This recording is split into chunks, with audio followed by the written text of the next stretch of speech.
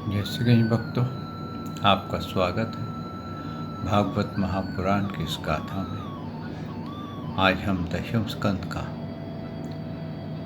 16वां अध्याय का ध्यान करेंगे। षोडशो अध्याय, कालिया नाग पर कृपा। वसुदेवं सुतं देवं कंसचारूरमर्दनं देवकी परमानन्दं श्रीकृष्ण वन्दे जगद्गुरु। श्रीकृष्ण शरणं गोपाल शरणं, श्रीकृष्ण शरणं गोपाल शरणं। मेरे बांके बिहारी नंदलाल शरणम, मेरे बांके बिहारी नंदलाल शरणम। श्री कृष्ण शरणम गोपाल शरणम, श्री कृष्ण शरणम गोपाल शरणम। मेरे बांके बिहारी नंदलाल शरणम, मेरे बांके बिहारी नंदलाल शरणम। श्री कृष्ण शरणम गोपाल शरणम, श्री कृष्ण शरणम गोपाल शरणम। मेरे बांके बिहारी नंदलाल शरणम, मेरे बांके बिहारी नंदलाल शरणम। श्री कृष्ण शरणम गोपाल शरणम, श्री कृष्ण शरणम गोपाल शरणम। मेरे बांके बिहारी नंदलाल शरणम, मेरे बांके बिहारी नंदलाल शरणम। बोल भगवान श्री कृष्ण की जय, श्री नंद के लाला की जय, श्री देवकी नंदन श्री कृष्ण की जय, श्री द्वारकाधीश भगवान श्री कृष्ण की जय। बोल देवाधिदेव पूर्ण ब्रह्म भगवान श्री कृष्ण की सदा ही जय। जय श्री कृष्ण भक्तों, आपका स्वागत है। कल हमने पान किया था कि भगवान ने धेनुकासुर का उद्धार किया और भक्तों के लिए, अपने बाल ग्वालों के लिए उन्होंने ताड़ के फल उपलब्ध करा दिए थे। भक्तों, भगवान श्री कृष्ण सब पे कृपा करते हैं, सिर्फ उनकी कृपा हमें समझ में नहीं आती है। कई बार हम कठिनाई में पड़ जाते हैं तो लगता है भगवान की कृपा खत्म हो गई, लेकिन भगवान उस समय भी हम पे कुछ न कुछ किसी प्रकार से कृपा कर रहे होते हैं। भक्तों, एक मुसाफिर था, भगवान को बहुत प्रेम करता था और उनके श्री कृष्ण शरणम गोपाल शरणम गाते गाते वो एक बार समुद्र में अपनी कश्ती लेकर अकेले ही निकल गया तो आगे जाकर के ज्वार भाटा आ गई, उसकी कश्ती बीच मझधार में फंस गई, कश्ती डूब गई और वो किसी एक तख्ते के सहारे किनारे पे लग गया। अब जिस टापू पे वो पहुंचा, वहाँ तो कहते हैं ना आदम जात कुछ भी नहीं था, लेकिन वृक्ष और फूल फल ये बहुत थे। उसने सोचा, चलो भगवान ने जान बचाई है, शायद इसके आगे कोई और कृपा होगी। कुछ दिन भटकता रहा, कुछ फल उसको कड़वे लगे, कुछ मीठे लगे। पहाड़ पे सो जाता था, उसके आकाश के नीचे ही। कभी नींद आती थी, कभी तारे गिनता था। तो एक दिन उसके मन में आया, यार मैंने भगवान का इतना नाम लेता रहा, लेकिन आज ऐसा लगता है भगवान ने मेरे पर अपनी कृपा हटा ली। तो मेरे जितनी भी पूजा पाठ थी वो व्यर्थ हो गई है। बहुत उसको अंदर से दुख हो रहा था। फिर उसने ये सोचते सोचते एक घास का झोपड़ा बनाया और वो झोपड़े में रहने लगा। अभी वो ठंडी से बच जाता था, झोपड़ा आरामदायक था। तो एक दिन बाहर बैठा था तो अचानक बिजली कड़कड़ाई और उस झोपड़े पे गिर गई। झोपड़ा जलने लग गया। झोपड़ा जलने लग गया तो उसने कहा, देखो प्रभु, आपकी ऐसी मेरे पे वो हुआ है, आप इतने नाराज़ हो गए हैं कि मेरा विश्वास अब बिल्कुल ख़त्म हो गया है कि मैंने बड़ी कठिनाई से तो झोपड़ा बनाया और वो भी आपने जला दिया। तब वहाँ से एक समुद्री जहाज गुज़र रहा था। उसने देखा कि यहाँ पर एक आग लगी हुई है। उसको लगा शायद कोई नाव वाले या समुद्री जहाज़ के कुछ सवारियाँ या वहाँ के जो कर्मचारी हैं वो यहाँ ना रहते हों, कहीं फंस गए हों, उनका जहाज़ डूब गया हो। तो उसने, जो वहाँ का कप्तान था, उसने एक बोट के अंदर यानी कि एक नाव में आदमी भेजा कि जाओ देखो इस टापू पे कोई है तो नहीं, उसको लेके आओ। तो गए, तो ये वहाँ था, इसको नाव पे बैठाया और जहाज़ पे चढ़ा करके इसके अपने शहर ले आए। तो इसने प्रभु के आगे बहुत क्षमा मांगी कि प्रभु आपकी कृपा मैं समझ नहीं सका। मैं तो ज्वार भाटे में फंस के इससे सोच रहा था कि बचूंगा नहीं, लेकिन आपने मुझे तख्ता दे करके वहाँ पहुँचा दिया और वहाँ पहले से ही फल फूलों की आपने व्यवस्था कर रखी थी जो मैं खाता था और आनंद कर रहा था। और फिर जो झोपड़ा था उसी को आपने ऐसा बना दिया कि उसी ने सिग्नल दे दिया समुद्री जहाज़ वालों को कि यहाँ कोई रहता है। मैं आपकी कृपा नहीं समझ सका, जो मेरे से भूल हुई उसके लिए मुझे क्षमा करो। बहुत क्षमा मांगी उसने।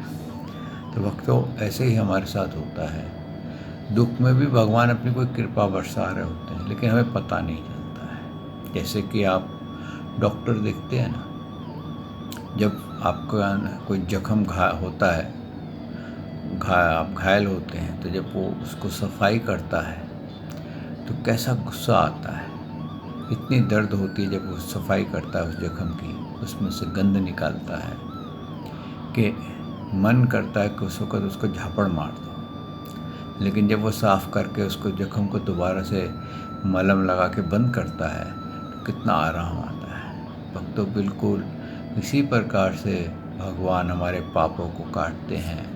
हमारे अंदर जो पाप हैं वो जख्म रूप पाप को जब साफ़ करते तो हमें पीड़ा होती है। उस वक़्त भी हमें प्रभु से प्रेम बनाए रखना चाहिए, उनका विरोध नहीं करना चाहिए। तो इसी प्रकार भक्तों, भगवान की रहस्यमयी गाथाएँ हैं, रहस्य है, आज तक कोई समझ नहीं सका, लेकिन जितना भी इंसान समझ ले उतना ही उसके लिए कम है, क्योंकि भगवान मन और बुद्धि से परे हैं। जहाँ मन और बुद्धि की शक्तियाँ समाप्त हो जाती हैं, वहाँ भगवान की शक्तियाँ आरंभ हो जाती हैं। आइए भक्तों, इस भागवत महापुराण को आज आरंभ करते हैं। सच्चिदानंद रूपाय विशुद्धपते आदि हेतवे ताप्तय विनाशाय श्री कृष्णाय वयं नमो नमः। श्री कृष्णाय वयं नमो नमः। श्री कृष्णाय वयं नमो नमः। श्री कृष्णाय वयं नमो नमः। बोल भगवान श्री कृष्ण महाराज की जय। भक्तों, आज दशम स्कंद का 16वां अध्याय है, कालिया पर भगवान की कृपा। भक्तों, कालिया नाग पर भगवान चाहते तो उसका अंत भी कर सकते थे, लेकिन कालिया का उन्होंने अंत नहीं किया था। उसको कालिया देह से निकाल करके सातल में भेज दिया था, ताकि वो वहाँ पर विहार करे और आराम से रहे। हकीकत क्या है भक्तों, ये कालिया जो था भगवान की शरण में आ गया था। इसने भगवान के साथ विरोध नहीं किया था और प्रभु को एक्सेप्ट कर लिया था, और उनकी शरण में आने के बाद भगवान ने इसको अभयदान दिया था। सुखदेव जी कहते हैं, एक दिन भगवान श्री कृष्ण इसी प्रकार वृंदावन में अनेकों लीलाएं करते। एक दिन अपने सखा ग्वाल बालों के साथ वे यमुना तट पर गए।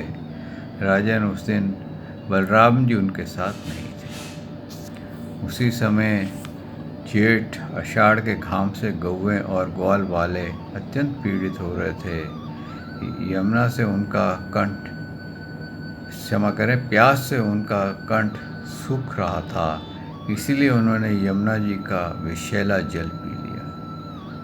परीक्षित होनहार के वश में उन्हें इस बात का ध्यान ही नहीं रहा कि उस विषैले जल के पीते ही सब कौवे और ग्वाल बाल प्राणहीन होकर यमुना जी के तट पर गिर पड़े। अब भक्तों, उन्होंने ऐसी अवस्था देखकर के योगेश्वर भी ईश्वर भगवान श्री कृष्ण ने अपनी अमृत में बरसाने वाली दृष्टि से उन्हें पुनः जीवित कर दिया। उनके स्वामी और सर्वस्व तो एकमात्र श्री कृष्ण ही थे। परीक्षित, चेतना आने पर वे सब यमुना जी के तट पर उठ खड़े हुए और आश्चर्यचकित होकर के एक दूसरे की ओर देखने लगे। राजन, अंत में उन्होंने यही निश्चय किया कि हम लोग विषैला जल पी लेने के कारण मर चुके थे, परंतु हमारे श्री कृष्ण ने हम अपनी अनुग्रह भरी दृष्टि देखकर हमें फिर से जिला दिया है। देखिए, ये उनका विश्वास था। कई बार इंसान मर जाता है तो अपने आप को अनेकों रूपों में देखता है। कई लोग सुरंग में देखते हैं, कई लोग लाइन में खड़ा देखते हैं, कई लोग किसी ऊंचाई से अपने आप को देखते हैं। तो भक्तों, उस समय उसको तो कई बार सपना लगता है, लेकिन कई बार ये पता चल जाता है कि ये मैं शरीर त्याग चुका हूँ। इसी प्रकार से बालकों को भी ये पता चल गया था कि ये शरीर त्याग चुके हैं, लेकिन कुछ मिरेकल हुआ है जिसके कारण दोबारा ये शरीर में प्रवेश किए हैं। तो इसी प्रकार से कहते हैं कि आगे सुखदेव जी कहते हैं, परीक्षित, भगवान श्री कृष्ण ने देखा कि महाविषधर कालिया नाग यमुना का जल विषैला कर दिया है। तब यमुना जी को शुद्ध करने के विचार से उन्होंने वहाँ से उस सर्प को निकाल दिया। राजा परीक्षित ने पूछा, ब्राह्मण, भगवान श्री कृष्ण ने यमुना जी का अगाध जल में किस प्रकार उस सर्प का दमन किया? फिर कालिया नाग तो जलचर नहीं था, ऐसी दशा में वह अनेक युगों तक जल में क्यों और कैसे रहा, सो बतलाइए। ब्रह्मस्वरूप महात्मा भगवान अनंत हैं। वे अपनी लीला प्रकट करके स्वच्छ विहार करते हैं। गोपाल रूप से उन्होंने जो उदार लीला की वह तो अमृत स्वरूप ही है। भला उसके सेवन से कौन तृप्त हो सकता है? क्या है कि अब राजा परीक्षित का प्रश्न ये हुआ कि ये कालिया नाग आया कहाँ से, और ऐसा क्या था कि वो इतने समय तक उस कुंड में पड़ा रहा और सारा यमुना जी को उसने वो कर दिया, विषैला कर दिया। आगे सुखदेव जी ने उत्तर दिया है कि सुखदेव जी ने कहा, परीक्षित, यमुना जी में कालिया नाग का एक कुंड था। उसका जल विष की गर्मी से खौलता रहता था, यहाँ तक कि उसके ऊपर उड़ने वाले पक्षी भी झुलस कर उसमें गिर जाया करते थे। उसके विषैले जल की उत्ताल तरंगे स्पर्श करके तथा उसकी छोटी छोटी बूंदें लेकर जब वायु बाहर आती थी और तट के घास पात वृक्ष पशु पक्षी आदि का स्पर्श करती थी तो वो भी उसी समय मर जाते थे। प्रेषित भगवान का अवतार तो दुष्टों का दमन करने के लिए ही हुआ है। जब उन्होंने देखा कि उस सांप के विषय से बड़े बड़े प्रचंड भयंकर हैं और वह भयानक विष उसका महान बल है तथा उसके कारण मेरे विहार स्थान यमुना जी भी दूषित हो गई है, तब भगवान श्री कृष्ण ने अपनी कमर फेंट कसकर एक बहुत ऊंचे कदम के वृक्ष पर चढ़ गए और वहां से ताल ठोक करके उस विषैले जल में कूद पड़े। अब भगवान जो थे इन्होंने ये डिसाइड कर लिया कि अब मैं इसको यहाँ से निकालूंगा। और अब जब भगवान वहाँ पर यमुना जी में कालिया कुंड पे पहुँचे तो क्या देखते हैं कि कालिया के 100 फन थे और वो शयन कर रहा था और उसकी जो पत्नियाँ थी वो पंखा झल रही थी कालिया के लिए और कहते हैं ना मधुर गान भी गा रही थी। अब जब उन्होंने भगवान श्री कृष्ण को देखा तो उनको ये बड़ा अचंभा हुआ कि इतना सुंदर बालक जिसमें से इतना तेज निकल रहा है और ये हमारे पति के पास आ रहा है और हमारा पति तो इतना क्रूर है कि वो किसी को बख्शता ही नहीं है। और इस तरह से कहते हैं कि उन्होंने पंखा छोड़ा और आकर के भगवान श्री कृष्ण से प्रार्थना की कि हे मानव बालक, तू यहाँ कहाँ आ गया है, तू यहाँ से चला जा। तेरे को कुछ चाहिए, धन चाहिए, तेरे को कुछ भी वस्तु चाहिए, हम तेरे को देने को तैयार हैं। क्योंकि वो जो नाग पत्नियाँ थी वो भगवान के रूप में मोहित हो गई थी, इतना प्रभु का मोहिनी रूप था। तो भगवान जो थे उन्होंने कहा कि मैं इस कालिया को लेने आया हूँ। बोले तेरे को मालूम है ये कौन है? ये अभी उठ गया तो तेरा शरीर के चिथड़े चिथड़े उड़ जाएंगे, तुझे पता नहीं है ये कितना विषैला है। इसके कई आसपास कितने कोस तक जो वायु जाती है वहाँ तक कोई पक्षी नहीं उड़ के आ सकता। इसके हमारे कुंड के ऊपर से कोई पक्षी उड़ के नहीं जा सकता और सारे पेड़ पौधे सब सूख गए हैं इसके विषय की फुरकार पड़ते हुए। तो भगवान ने कहा कैसा है, मेरी मैया है यशोदा, वो दूध पिलाती है, उसकी जो नथनी है यानी कि दूध पिलाने की जो रस्सी है वो पुरानी हो गई है, तो मैं इस कालिया को ले जाऊंगा और वो मधानी की नथनी यानी कि रस्सी बना करके मेरी माँ इससे दूध पिलाएगी, ये अच्छी रस्सी बनेगा। तो उन्होंने बड़ा उसको कहा कि देख तू तो बहुत जिद्दी है, तू समझता नहीं है कि ये क्या कह रहा है और किसके उसमें आ गया है। तू ऐसे अब मृत्यु के मुंह में आया है, हम अभी भी तेरे से प्रार्थना करती है, तू इतना सुंदर बालक है, हमारे को ना जाने क्यों तेरे प्रति प्रेम उमड़ रहा है, हमारे अंदर मात्र वत्सल उमड़ रहा है, यानी कि माँ का प्रेम उमड़ रहा है। हमारा मन इच्छा होती है, हम तो सर्प हैं लेकिन हम तेरे को दूध भी नहीं पिला सकती, अगर हम दूध पिलाएं तो वो भी विषैला ही है।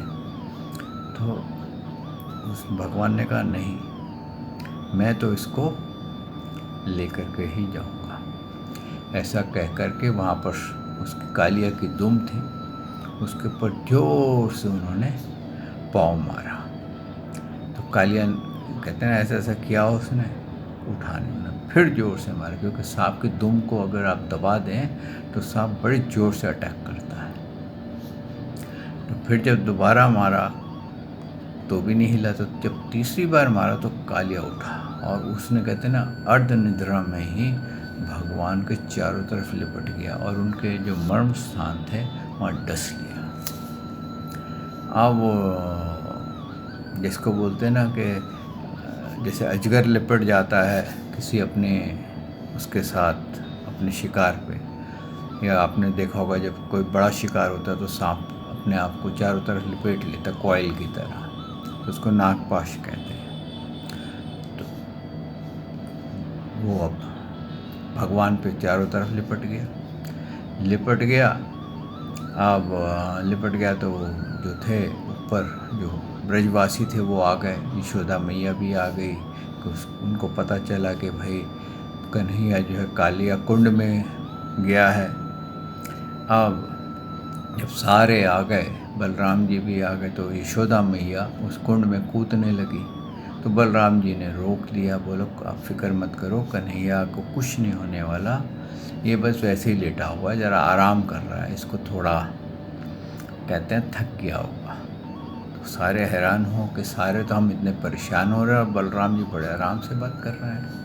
क्यों? क्योंकि बलराम जी को तो पता था कि ये तो भगवान है और ये कालिया का दमन करने आए हैं। इसलिए बलराम जी ने बलपूर्वक नंद बाबा ने बहुत सारे गोप जो कूदने को तैयार हो रहे थे उनको रोक लिया और उन्होंने कहा कोई बात नहीं, अभी देखो तो सही, ये ऊपर आ गया है, अब देखो क्या होता है, ऐसा कुछ नहीं है, अभी क्या पता मृत्यु कब पलट दे, जो मारने वाला है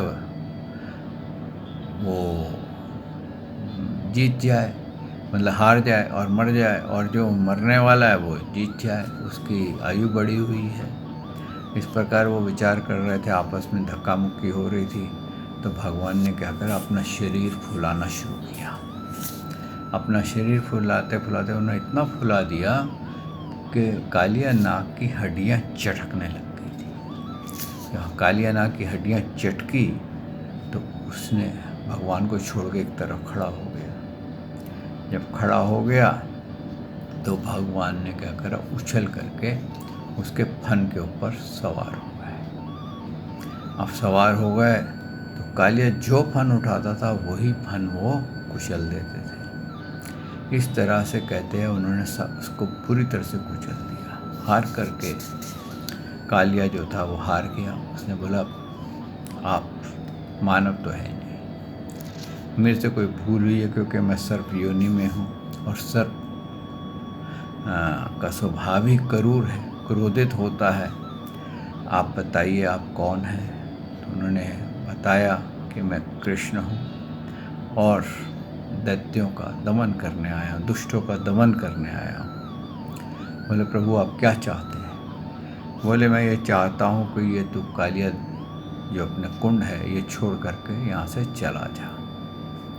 बोले प्रभु मैं जहाँ भी जाऊँगा, आपका पक्षी गरुड़ है वो मेरे को छोड़ेगा नहीं, वो मेरे पीछे पड़ा हुआ, क्योंकि मैंने उसके साथ वैर ठान लिया है। और बोले फिक्र मत कर,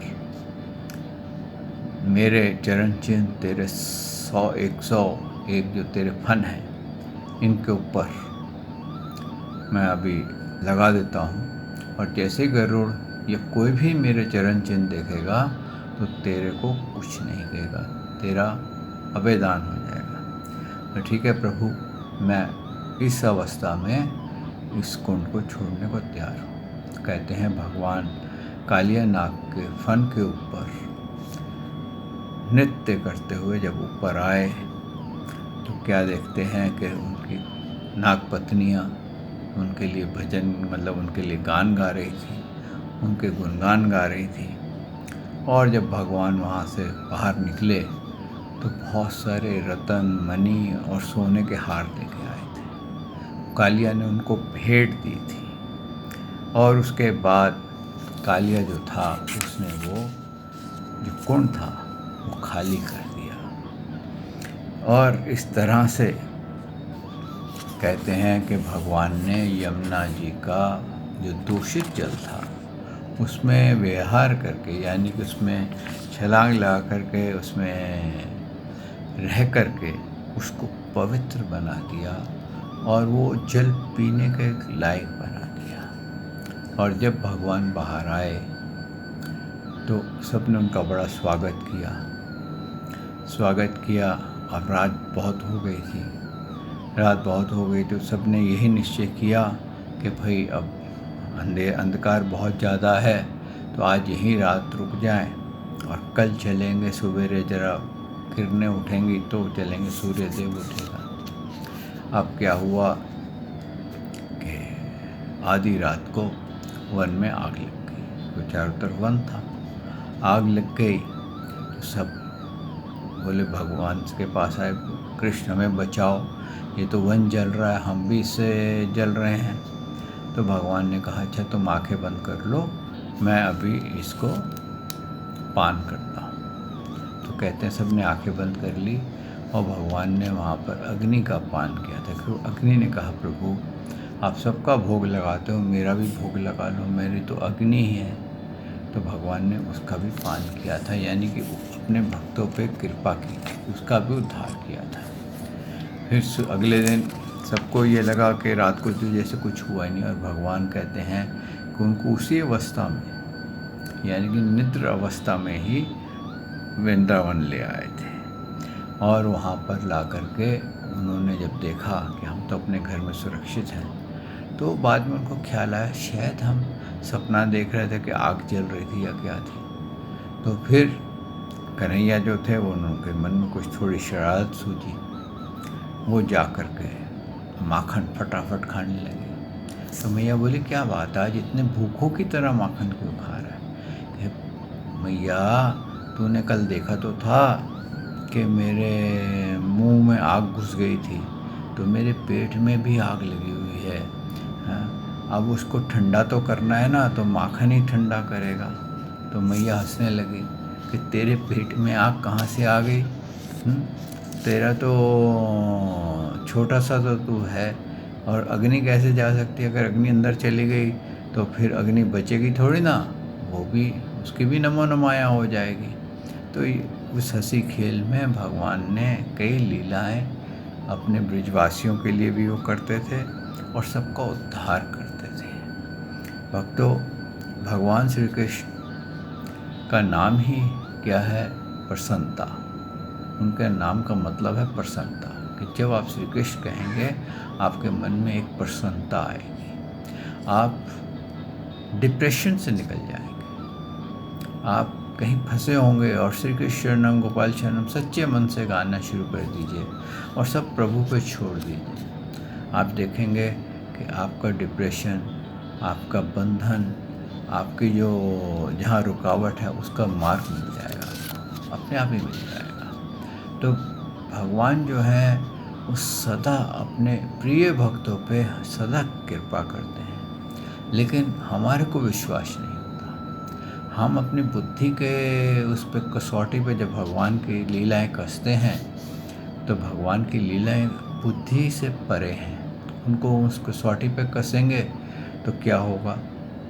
वो हम उस पर पूर्ण नहीं उतरेंगे, हम उसको पूर्ण रूप से उतार नहीं सकेंगे, और उसका नतीजा ये होगा कि हमारे को शंका हो जाएगी, और जहाँ शंका होती है भगवान कहते हैं वहाँ मैं नहीं होता। मेरे पे या तो दृढ़ विश्वास हो, अगर तुम शंका करते हो कि मेरा ये ऐसे ऐसा है, ऐसा नहीं ऐसा है, भगवान हैं भी कि नहीं भी हैं, तो फिर जो शंका वाला इंसान होता है वो कभी पार नहीं पा सकता, उसको इसी शंका में ही रह जाता है। जैसे कि कोई नदी में जाने लगे और वो शंका करने लगे पता नहीं ये नाव कहीं मझधार में डूब गई तो, उसको विश्वास ही नहीं है अगर अंधार पे, तो ये अगर इसने डुबो दी तो मेरा साथ ऐसा हो गया तो वो तो वाला जो शब्द है उसके साथ भगवान कहते हैं मैं उनसे बहुत परे हूँ। मेरे पे अगर विश्वास करना है तो दृढ़ विश्वास करो और सब कुछ मुझ पे छोड़ दो, फिर देखो मैं क्या करता हूँ। आइए भक्तों, यहाँ वाणी को विश्राम देते हैं। प्रभु ने चाहा तो कल आपकी सेवा में मैं फिर हाजिर होऊंगा और इसके आगे की गाथा को गाएंगे। श्री कृष्ण शरणम गोपाल शरणम, श्री कृष्ण शरणम गोपाल शरणम, मेरे बांके बिहारी नंदलाल शरणम, मेरे बांके बिहारी नंद लाल शरणम श्री कृष्ण शरणम गोपाल शरणम श्री कृष्ण शरणम गोपाल शरणम मेरे बाके बिहारी नंद लाल शरणम मेरे बाके बिहारी नंद लाल शरणम श्री कृष्ण शरणम गोपाल शरणम श्री कृष्ण शरणम गोपाल शरणम मेरे बाके बिहारी नंद लाल शरणम मेरे बाके बिहारी नंद लाल शरणम श्री कृष्ण शरणम गोपाल शरणम श्री कृष्ण शरणम गोपाल शरणम मेरे बाके बिहारी नंद लाल शरणम मेरे बाके बिहारी नंदलाल शरणम। बोल भगवान श्री कृष्ण की जय। श्री नंद के लाला की जय। हे देव की नंदन श्री कृष्ण की जय। हे द्वारकाधीश भगवान श्री कृष्ण की जय। बोल देवदेव पूर्ण ब्रह्म भगवान श्री कृष्ण की सदा ही जय। जय श्री कृष्ण भक्तों।